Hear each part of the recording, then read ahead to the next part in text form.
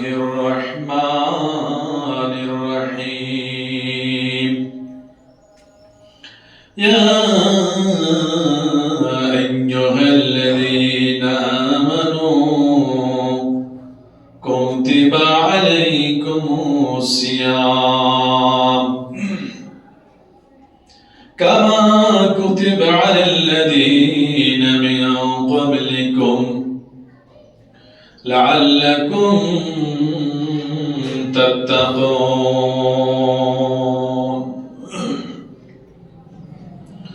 بسم الله الرحمن الرحيم.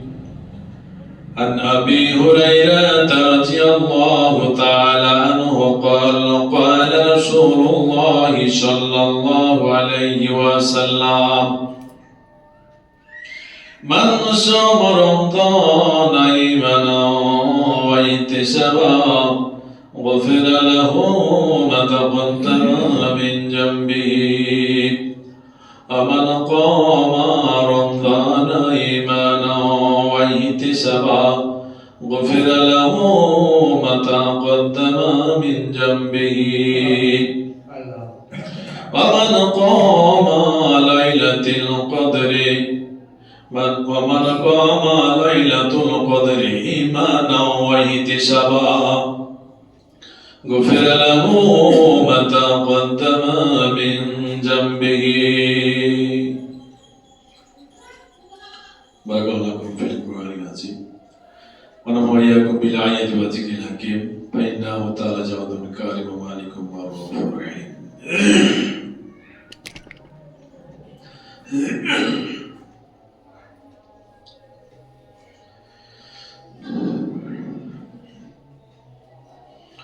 الحمد لله نحمده ونستعينه ونستغفره ونؤمن به ونتوكل عليه ونعوذ بالله من شرور أنفسنا ومن سيئات أعمالنا من يهده الله فلا مضل له ومن يضلله فلا هادي له ونشهد أن لا إله إلا الله وحده لا شريك له وأشهد أن محمدا عبده ورسوله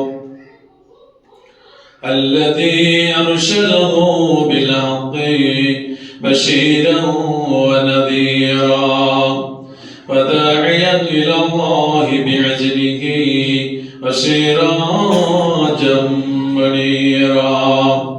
أما بعد فقد قال الله تعالى في كلامه المجيد والفرقانه الحميد بعد أعوذ بالله من الشيطان الرجيم. يا أيها الناس اتقوا ربكم الذي خلقكم من نفس واحدة وخلق منها زوجها وبث منهما رجالا كثيرا ونساء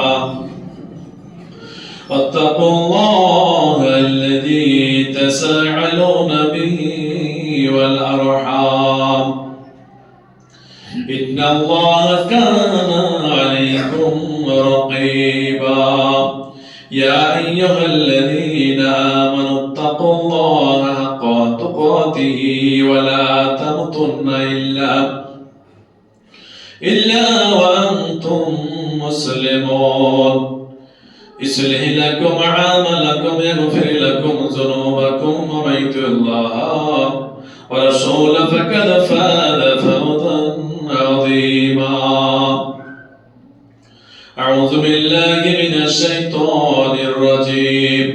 بسم الله الرحمن الرحيم. إن الله وملائكته يصلون على النبي يا أيها الذين آمنوا صلوا عليه وسلموا تسليما.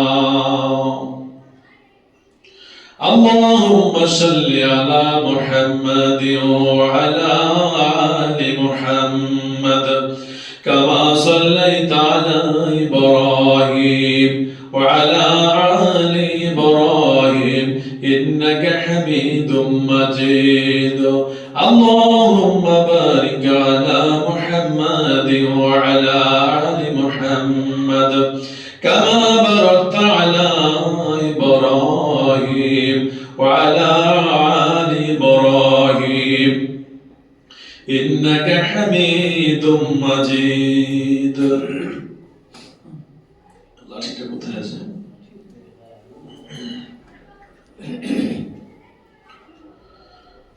খুতবার শুরুতেই সেই মহান আল্লাহ দরবারে শুকরিয়া আদায় করি যে আল্লাহ তাআলা আমাদেরকে আজকে জুম্মা পর্যন্ত এই পবিত্র মাহে রমজান মাসে আমাদেরকে সুস্থ রেখে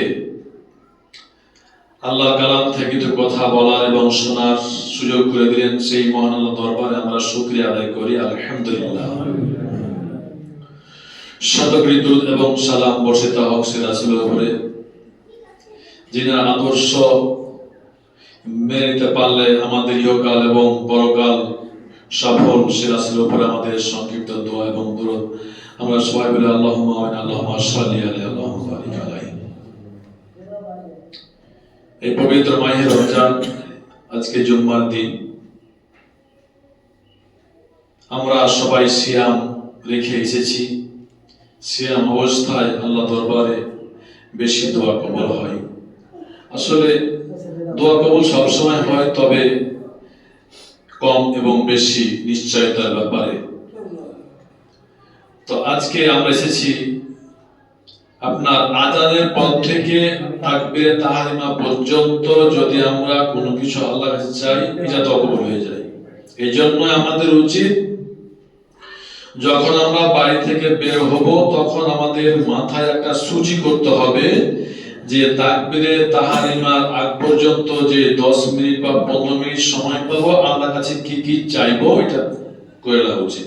কারণ এটা দোয়া কবুলের একদম নিশ্চয়তার সময়। খুতবার অবস্থায় নামার আগে দোয়া, এটাও কবুল হয় আল্লাহ দরবারে। তো যা হোক, এই পবিত্র মাহে রমজান, এই মাসটা অনেক ফজিলতপূর্ণ মাস। এই মাসে আলোচনা আমরা অনেক শুনেছি, ফজিলত আমরা শুনেছি, তারপরও কিছু কথা বলতে হয়।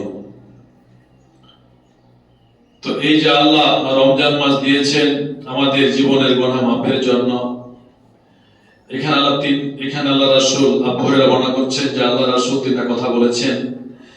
যে ব্যক্তি রমজান মাসের সিয়াম, ঈমান এবং ইহতিসাব দুটা শব্দ ব্যবহার করেছেন, এই দুইটা শর্তকে মেনে যারা সিয়াম পালন করতে পারবে তার জীবনের গুনাহ মাফ হবে অতীতের।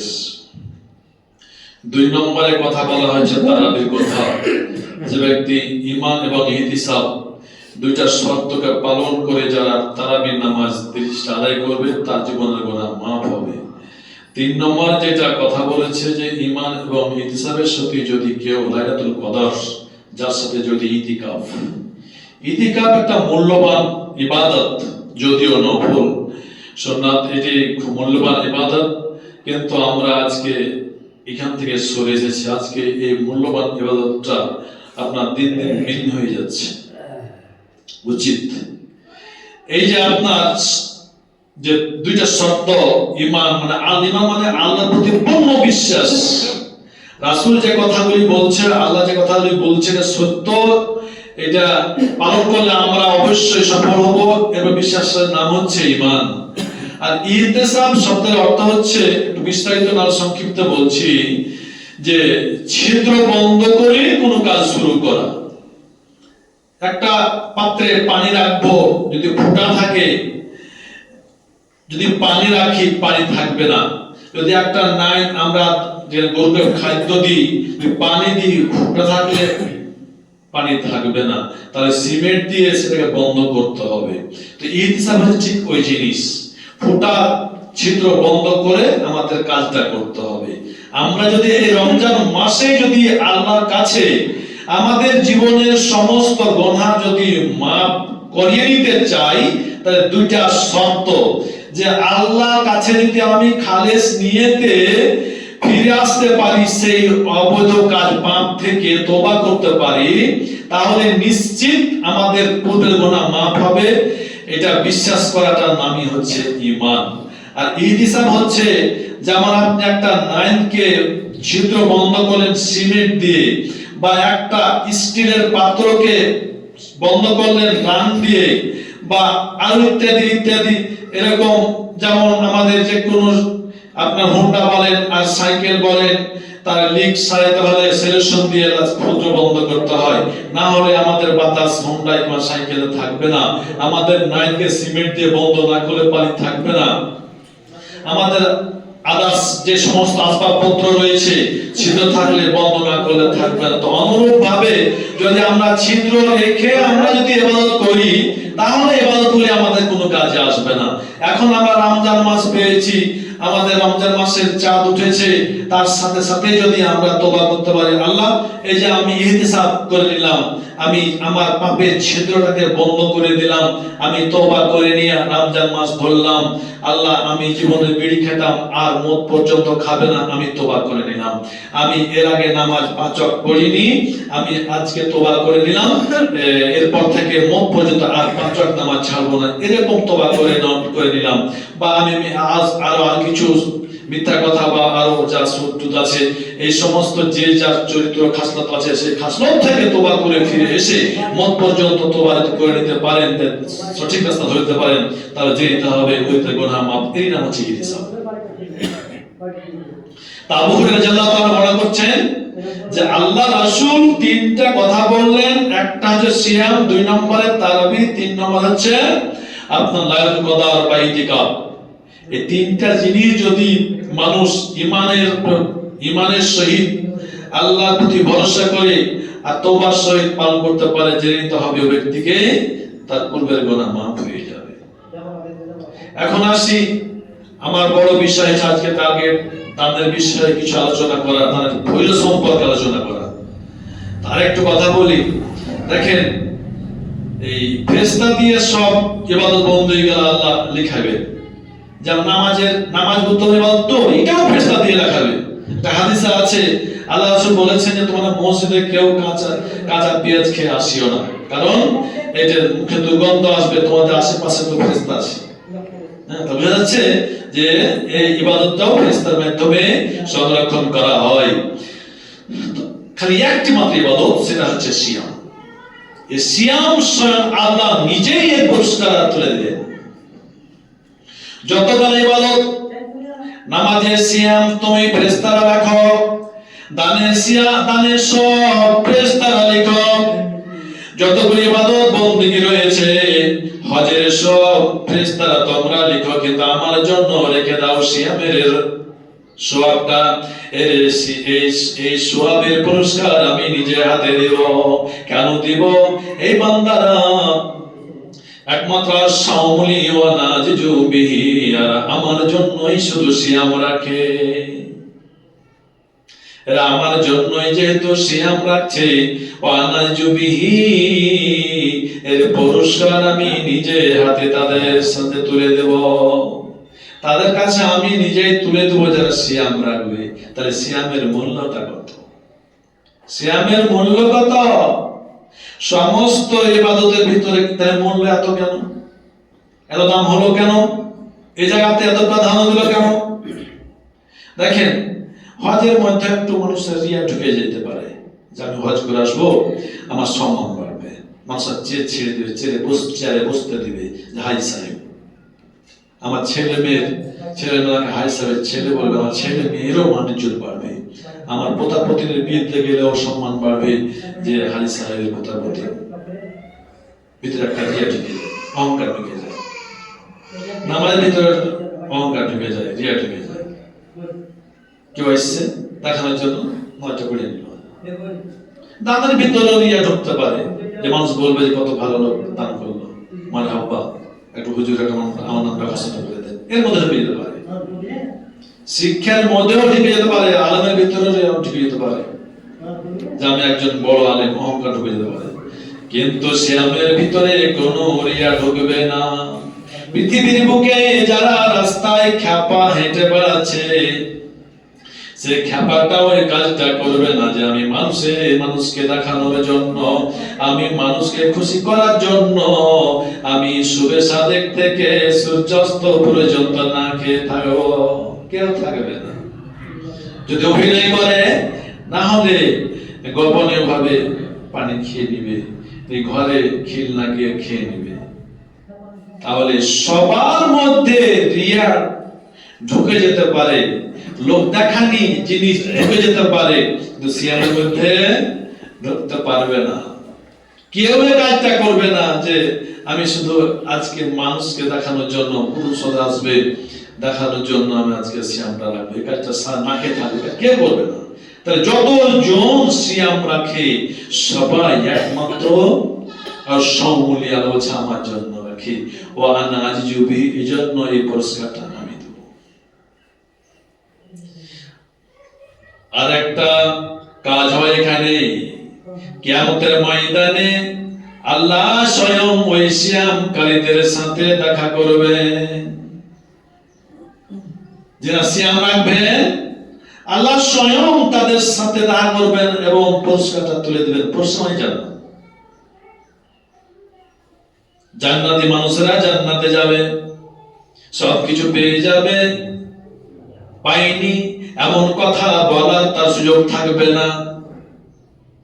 একটা শুধু বলবে যে আল্লাহর জন্য জমিনে আমি যুদ্ধ করলাম ন্যায়ের পথে, যে আল্লাহর জমিনে দিনকে প্রতিষ্ঠা করার জন্য আমি চেষ্টা করলাম, আমি না খেয়ে সিয়াম রাখলাম, রাত্রে মাঘ মাসের খালে ওযু করে নামাজ পড়লাম আল্লাহকে পাওয়ার জন্য, আমি দান খায়রাত করলাম, আমি সব কিছু ত্যাগ করে দুনিয়ার বুকে চললাম যে আল্লাহর জন্য।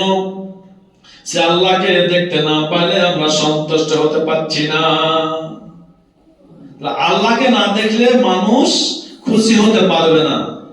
ওই সময় যারা সিয়ামকারী তারা দেখতে পারবে, আল্লাহ বলছে আমি তখন তাদের সামনে তাদের উপহার নিয়ে হাজির হব, সে উপহারটা হচ্ছে জান্নাত। তাহলে সিয়াম কত বড় পুরস্কার, আসলে আল্লাহ দিয়েছেন একটা বড় হাদিয়া। আজকে শেষ নবীর উম্মতকে একটি মাস দিয়েছে, এটা শেষ নবীর জন্য এটা একটা বড় হাদিয়া। মানুষের অতীতের গুনাহ মাফ হয়ে যায়। তাই এত সুন্দর জিনিস আজকে আমরা ছেড়ে আমরা দূরে সরে আছি। এখন আসি, তাহলে আমাদের এই সিয়ামটা সঠিকভাবে রাখতে হবে। আর যদি পারেন তাহলে ইতিকাফটা আমরা করার চেষ্টা করবেন, যে কাজ কাম একটু কম। আর ইতিকাফের শর্ত হচ্ছে এই আপনার এই মসজিদে থাকতে হবে। মসজিদ শর্ত, জুমার মসজিদের পাশে থাকবেন। বাড়িতে ইতিকাফ হয় না, সে মেয়ে হোক আর ছেলে, পুরুষ মানুষই হোক। মেয়ে মানুষ যদি ইতিকাফ করতে চায় তাদেরকেও করতে হবে। আল্লাহ সময় যাওয়ার পরে তার বিবিরা বা তার আত্মীয়স্বজন করেছে পর্দা থেকে। তো শর্ত, ইতিকাফ শর্ত হচ্ছে মসজিদে থাকতে হবে। যতটুকু সম্ভব থাকবেন। হয়তো সামনে জুমা, আপনাদের সামনে রমজান ভাগে লোভে কিনা, দেশের যে আস্তে আস্তে বিপর্যয় সৃষ্টি হচ্ছে, যুদ্ধ বিগ্রহ, তাতে তো মানুষের অনিশ্চয়তা অস্তুক মরবে। আজকে দেখেন সর্ব জায়গাতে মুসলমান নিধন চলছে বিভিন্ন কৌশলে। আজকে হয়তো ইরান যুদ্ধ চলছে, ইউটিউবে দেখছেন যে তাই তো কি করি, একদিকে ইহুদি একদিকে শিয়া, কোন দিকে যায়? শিয়া হলো তো কি হলো, শিয়া হলো তো কি হলো? ভালো মন্দ মানুষ সব জায়গাতেই আছে। আপনাদের বাংলাদেশে নেই? আপনাদের বাংলাদেশে পীরপন্থী, হানাফি, সাফি, মালিকি নাই? হানাফিরা কত ভালো হয়ে গেল। লা সালাতুল ইমাম নাম ফাতিহাতুল কিতাব, বুখারী হাদিস। আল্লাহ রাসূল ঘোষণা করছেন যে সূরা ফাতিহা ছাড়া কোনো নামাজই নাই, নফল নাই, ফরজ নামাজ নাই, অচল পড়বে না। তো ভালো কথা হলো। রাফুল ইয়াদাইন করার ব্যাপারে কত হাদিস নিবেন, আয়েশা সিদ্দিকা রাদিয়াল্লাহু তাআলা আনহা, সেটা তো করছে না। তো ভেয়া তো সব জায়গাতেই, আমাদের দেশেও আছে, ভারতে নাই? বেলিয়া, চিস্তিয়া, সেখানে হানাফি, সাফি মেলা সেখানে আছে। পাকিস্তানে যান, সেখানেও শিয়া আছে, সেখানেও হানাফি, সবকিছু বদলে, কোন জায়গাতে নেই? তার ঝামা সব জায়গাতেই। আজকে আমরা যতটুকু আগে খারাপ চোখে দেখি অতটুকু নয়। হ্যাঁ, তবে কিছু আকীদা ত্রুটি আছে, সেটাকে আমরা মেনে নিতে পারবো না। আমাদের যে আকীদা ত্রুটি আছে ওদেরও আছে, আমাদের যে ভালো মন্দ আছে ওই দেশও আছে। তাই বলে আমরা এই কিছু বড় লেবাসধারী আলেম বলে দিবে যে হানাফির জন্য ইরানের জন্য বা সিরিয়ার জন্য দোয়া করে কাফের হয়ে যাবে, আর বাপের ফতোয়া। আজকে এই বিশেষ করে যুদ্ধের পর থেকে বাংলাদেশে আলেমদের ফতোয়া মনে হয় বেড়ে গেছে। এরা পড়ে ফতোয়া দেয় না, শুনে ফতোয়া দেয় না, টাকার বিনিময়ে ফতোয়া দেয় না, কোনো জাতিকে, কোনো দেশকে, কোনো প্রধানমন্ত্রীকে, কোনো দেশের শক্তিশালী রাষ্ট্রের প্রধানকে খুশি করার জন্য ফতোয়া দিয়ে আল্লাহ ভালো জানে। দেখেন আল্লাহ রাসূলের কাছে দুইজন বিচারের জন্য গেল, একজন ইহুদি একজন মুসলমান। রাস্তা বন্ধকে কেন্দ্র করে বা পানি বন্ধকে কেন্দ্র করে ঘটনা ঘটেছিল। রাসূল দুজনের কথা শুনে ফয়সালা দিল যে না, ইহুদি সঠিক পথে আছে, মুসলমান বেড়ে আছে। তারপরে সন্তুষ্ট হন উমরের কাছে যেটা শুনেছেন। তো রাসূল তো করতে পারতো যে না, ইহুদির পক্ষে রায় দেবো না, তাই আমি ইহুদি হয়ে যাবো। কি আসলে কাজটা করেছে কি, ইহুদি পক্ষে রায় দিয়েছে। এটা সবাই জানেন, খুতবা আপনারা শুনছেন। তো আজকে দেখেন, আমি মেনে নিলাম ইরানের আকীদা ভালো নয়। আপনি দেখেন আজ থেকে আগে যত বছর গেছে, ইরানের বৈজ্ঞানিক প্রধানকে বিনা কারণে ইসরায়েলের হাত করে আমি কতজন মানুষকে অন্যায় হত্যা করেছে। সে আর একটা মানুষ, সে বিধর্মী হোক আর মুসলমান হোক, অপরাধী নয়। যদি সারা পৃথিবীর মানুষ মারার জন্য ওই লোকটাকে মারার জন্য সাপোর্ট করে, এ শব্দটা বলে, তার সারা পৃথিবীর মানুষ জাহান্নামে চলে যাবে। আর অপরাধ আজকে ইরানের বৈজ্ঞানিককে, প্রধানকে, ভালো ভালো মানের মানুষকে বিনা কারণে হত্যা করছে। কি আজকে আমরা ইহুদি আর শিয়া বলছি, তাহলে শিয়ার ইহুদিরাই ভালো হয়ে গেল? আমার কিছু ভুল ধারণা ছিল যে ওরা শোনা কথা যে তারা নাকি রাসূলকে মানে না। এখন ডাইরেক্ট দেখছি যখন তারা মিসাইল ছাড়ছে তখন তারা লা ইলাহা ইল্লাল্লাহ মুহাম্মাদুর রাসূলুল্লাহ বলে ছাড়ছে। আপনি প্রমাণ তো হয়ে গেল। তাহলে রাসূল বিশ্বাস না করলে লা ইলাহা ইল্লাল্লাহ আলিউল্লাহ বলতো। এই যে আমাদের শোনা, আসলে আলেম ওলামা দেখে না, একটু পাছায় ধাক্কা লেগেছে, ইমাম ঠেকিয়ে দিয়েছে, ধাক্কাটা কেন লাগলো আর দেখে না, মেরেছে আমিও মেরে দিই। তারপরে দেখেন ইসরায়েল বলল ইরানকে শেষ করবো আগে, তারপরে ও তুরস্ককে, তারপরে ও পাকিস্তান, তারপরে বাংলাদেশ। তাহলে ইরান টার্গেট তারা সূচি করে নিয়েছে। তাহলে ইরান মরলে আমরা তো মরলাম, নিজে বাঁচার চিন্তাটাও নাই। তা আজকে বিশেষ করে ইরানের জন্য দোয়া না করলো, নিজে বাঁচার জন্য দোয়া করে, যারা যদি ইরান বাঁচে আমাদের ইমান বাঁচবে, পথে বাঁচবো। না হলে এমন বিপদে আসবে, হয়তো ইমানটা মতো বিক্রি হয়ে যাবে। যেমন কিছু কিছু আলেম ইমান বিক্রি করে ফতোয়া দিচ্ছে ভয় যে হয়তো বা কি হয়ে যায়, না যে আমার কি হবে। আজকের টার্গেট কোন মুসলমান মাথা চাড়া দিয়ে উঠলে তাকে মাথায় বাড়ি দিয়ে বসিয়ে দেওয়া হবে, আর ওটাকে আমরা মুসলমান সাপোর্ট করি। ওই ইহুদি, ওই আমেরিকান ইহুদির দালাল যারা, তারা কৌশল করে কথা বলবে, আর ওদের কৌশল আমরাও পড়ে যাই। আপনাদের দোয়া করতে হবে। বিশেষ করে ইরান যদি বিজয় হয় তাহলে তুরস্ক বাঁচবে, পাকিস্তান বাঁচবে, বাংলাদেশ বাঁচবে। ওনারা মুসলমান গেলাও যে রাষ্ট্রগুলি জায়গা দিয়েছিল, এরাও তো মন না চালিয়ে দিয়েছে ভয়, তাদের গোলামি থেকে বাঁচবে। তাহলে ইরান আকীদা তার ভ্রান্ত নাকি ইসলাম তাই ঘোনা, বিশ্বের মুসলমানদের ঈমান টিকার জন্য, বাঁচার জন্য আমাদের দোয়া করা দরকার। তো যা হোক, আমি চাই এতে কিছু একটু দানের বিষয়ে। আমরা সবাই জানি মানুষ যখন মরে যায় তখন তার কি হয়ে যায়, আমল সব বন্ধ হয়ে যায়, খারাপটাও আর হয় না, নেকিটাও লেখা হয় না। তাহলে একজন মানুষ মরে যাওয়ার পরে নেকিও লেখা হয় না, তার গুনাহ লেখা হয় না। কিন্তু মরে যাওয়ার পরে কিছু গুনাহ এবং নেকির রাস্তা খোলা থাকে, গুনাহে জারিয়া আর গুনাহে নেকির জারিয়া। আপনি যদি কোনো সিনেমা হল তৈরি করে যান, বাইরে একটা টিভি কিনে চলে মরে গেলেন মালিকানা হয়ে, পরিবার সবাই দেখছে অশ্লীল ছবি, তারপরে আপনি কোনো আপনার সুদী প্রতিষ্ঠান তৈরি করে গেলেন, বা এরকম পাপের কোনো জিনিস তৈরি করে গেলেন, মরে যাওয়ার পরেও আপনার আপনার হাতে পড়বে, কবর পৌঁছবে গোনা। আপনি ভাবতে পারবেন না, আপনি আমার মানুষকে নেতা বানাচ্ছে, সাপোর্ট করেছেন, যতদিন গুনাহ করবো তখন পাপ আপনার ঘরে আসবে, এলে গুনাহে জারিয়া। আর নেকি জারিয়া হচ্ছে মরে যাওয়ার পরে বন্ধ হবে না, সেটা হচ্ছে দান সাদকা। আপনি রাস্তায়, মরুভূমিতে, যে কোনো রাস্তাতে গাছ লাগালেন, যতদিন পর্যন্ত গাছটা থাকবে, পাখিতে ফল খাবে, মানুষরা পাতা কুড়িয়ে জ্বালানি করবে, সে কাঠটা কাজে আসবে, যতদিন পর্যন্ত ছায়া দিবে পশু পাখি, গরু ছাগল পথিক মানুষ, ততদিন পর্যন্ত সমস্ত নেকির অংশ ওই কবরে পৌঁছতেই থাকবে। আপনি যদি কোনো মাদ্রাসায় কোনো মানুষকে যদি একটা কোরআন হাদিসের বই উপহার দেন, কোরআন উপহার দেন, তাফসীর উপহার দেন, যতদিন পর্যন্ত যতটি মানুষকে দিবে, যতটি মানুষ পড়বে, অতটি নেকি আপনার কাছেও পৌঁছতে থাকবে। এরকম সাদকায়ে জারিয়া, দানে জারিয়া। আপনি একটা মাদ্রাসা তৈরি করে গেলেন, যতদিন পর্যন্ত এখানে ইলম অর্জন হবে, গোনা নেকি পৌঁছতেই থাকবে।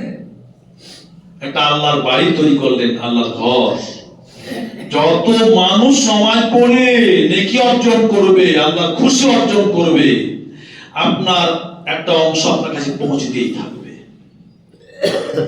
কিয়ামতের ময়দানে যখন মানুষকে পাপের বোঝা দেখানো হবে, নেকির পাহাড় দেখানো হবে, পাপীরা বলবে, আল্লাহ এতখানি তো আমি পাপ করিনি, কতটুকু পাপ করেছি আমার বিবেক বলতে পারে, কিছুটা আইডিয়া আছে, এত আমি তো পাপ করিনি, এত কেন পাহাড় মতো পাপ জমে আছে আমার। সেটা আল্লাহ বলে দিবে, তুমি পাপের জারিয়া করে গেছিলে, তোমার টাকাগুলি অবৈধ পথে খরচ হয়েছে, তোমার কাজগুলি কিছু অবৈধভাবে হয়েছে, যেগুলি তুমি মরার পর্যন্ত চলন্ত ছিল। এইভাবে দুনিয়া থেকে পাপ এসে এসে তোমার এই পাপগুলি পাহাড়ের আকার ধারণ করেছে। আর যখন কোন মানুষকে জান্নাত দেওয়া হবে, তার নেকির ফলাফল, নেকি যখন বেশি হয়ে যাবে, কিয়ামতের ময়দানে মানুষের দাড়ি পাল্লা এভাবে থাকবে, একদিকে নেকি একদিকে গোনা, প্রত্যেকটা মানুষের নেকিও থাকবে, প্রত্যেকটা মানুষের গোনাও থাকবে। যারা জান্নাতি যাবে ওদেরও গোনা থাকবে, যারা জাহান্নামে যাবে ওদেরও নেকি থাকবে, কিন্তু যাদের দাড়িটা যেদিকে ঝুলবে সেদিকে তার ফয়সালা হবে, যাদের নেকির পাল্লা বেশি ঝুলে যাবে, নেকি যাবে, সে জান্নাতে যাবে, যার গুনার পাল্লা নেকির গুনার দিক ঝুলে যাবে, সে জাহান্নামে যাবে। একটা গুনাহ কম বেশি হলে জান্নাত জাহান্নাম হয়ে যাবে। অতএব আমাদেরকে সব সময় প্রতিযোগিতা করতে হবে আমাদের দুনিয়ায় নেকি করার জন্য। যতদিন পর্যন্ত আমরা আছি, রেডি হতে হবে। রেডি হওয়ার জন্য অনেক আল্লাহর পক্ষ থেকে ইঙ্গিত আসবে। তো আমাদের বেশি বেশি ইবাদত করতে হবে, দান করতে হবে। দানের অনেক ক্ষমতা, দানের অনেক ক্ষমতা। দান করলো মানে জান্নাত কিনে নিল। কত জমা বলেছিলাম সূরা তাওবার 111 আয়াত, ইন্নাল্লাহ আশতারা মিনাল মুমিনিনা আনফুসাহুম ওয়া আমওয়ালাহুম বিআন্না লাহুমুল জান্নাহ। প্রত্যেকটা মুমিন, যারা মুমিন, তাদের জান আর মাল আমি নিয়েছি, তার বিনিময় দিয়েছি আমি জান্নাত। তাহলে আমি ঈমানদার বা মুমিনের জান এবং মালকে কিনেছি জান্নাতের বিনিময়। অতএব জান্নাত হলো মুমিনের, আর মুমিনের জান মাল হলো আমি আল্লাহ। আমি আল্লাহ যখন চাইবো মুমিনের জান দিতে হবে, দিব না বললে হবে না, কারণ জান তো অন্যায় কিনে নিয়েছি জান্নাতের বিনিময়, কারণ ও জান্নাত যাবে। যখন মাল চাইবে কোন মসজিদ মাদ্রাসায় দেশের জন্য, দেশ রক্ষার জন্য দিতে হবে, দিব না বললে হবে না, কারণ মাল তার নয়, মাল বিক্রি হয়ে গেছে জান্নাতের বিনিময়, সে জান্নাত পাবে তো।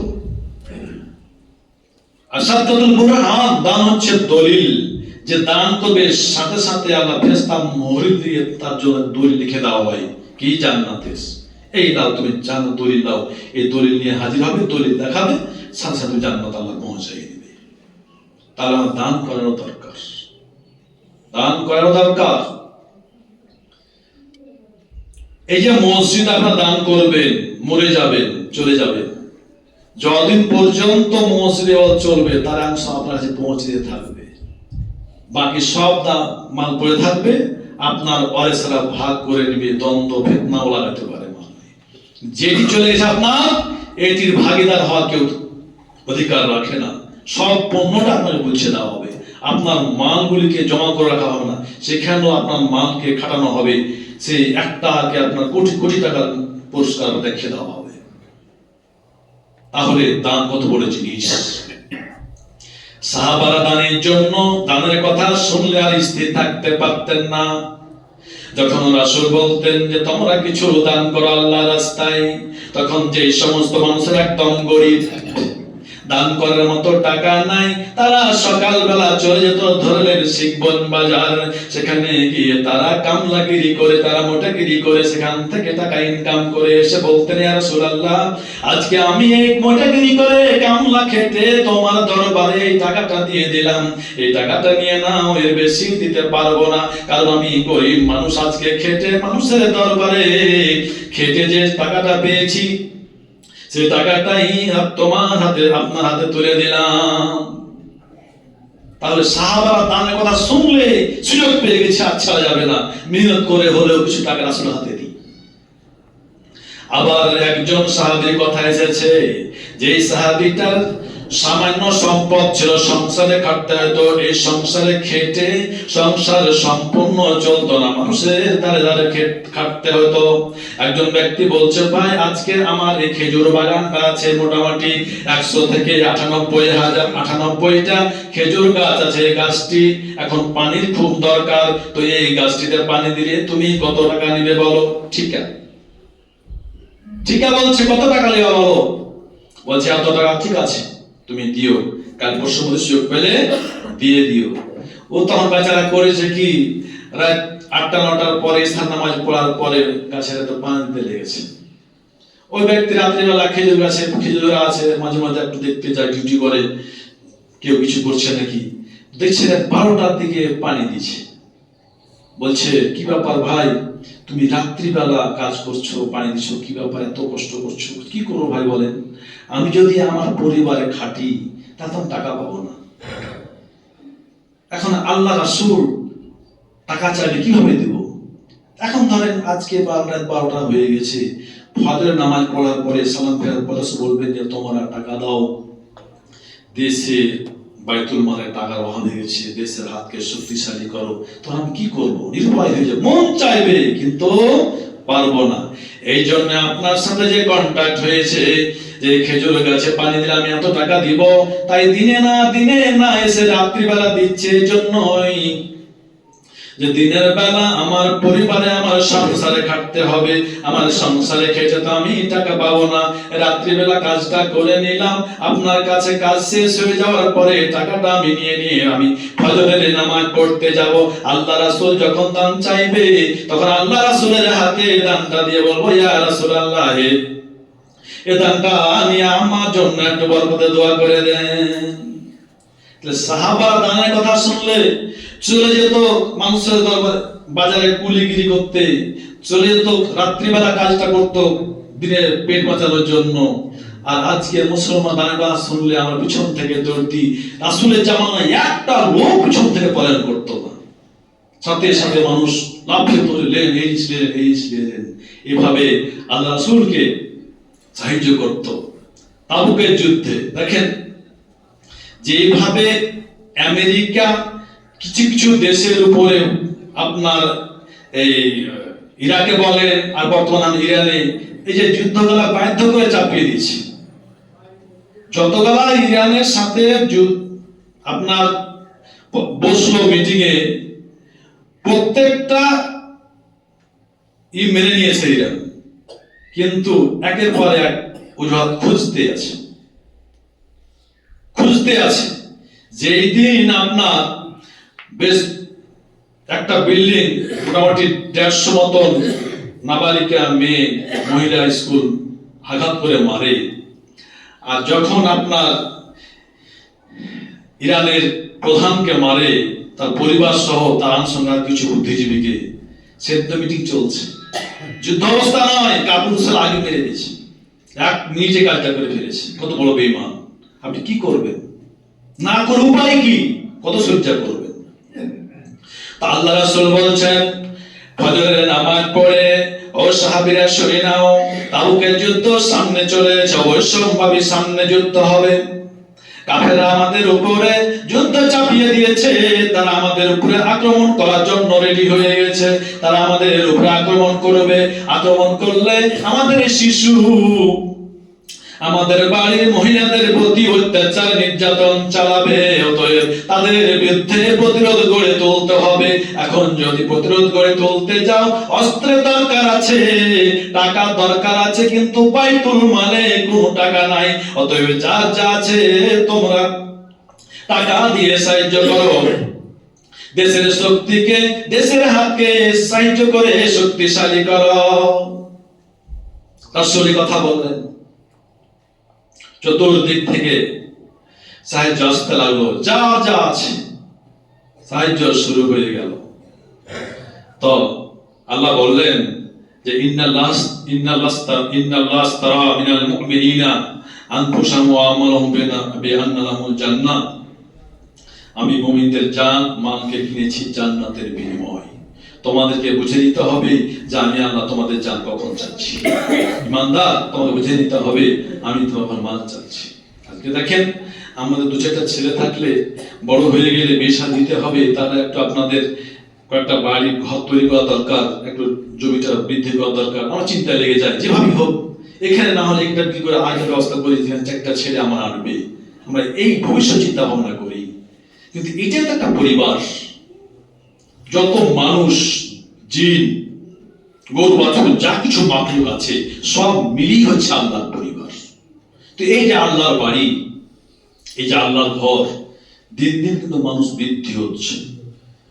তাহলে ভবিষ্যতে এই বাড়িটা একটু ঘর বৃদ্ধি করা দরকার আছে, সদস্য সংখ্যা বাড়ছে। তাহলে এটাও আমাদের চিন্তা করতে হবে। এদিক খেয়াল রেখে আপনারা কাজ করবেন।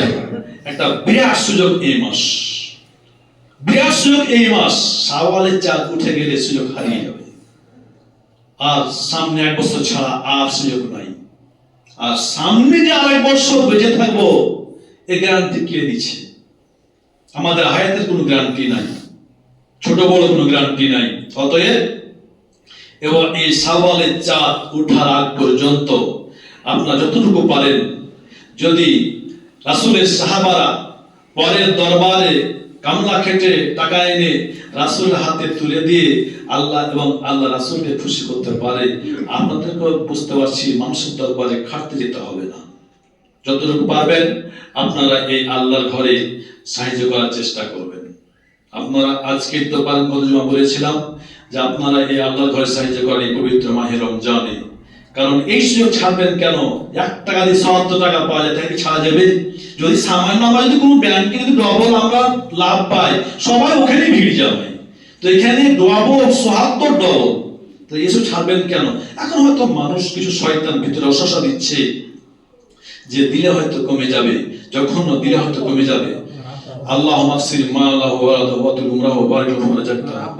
আচ্ছা, ওনার আব্বার অসুস্থের জন্য উনি 1000 টাকা দিয়েছেন।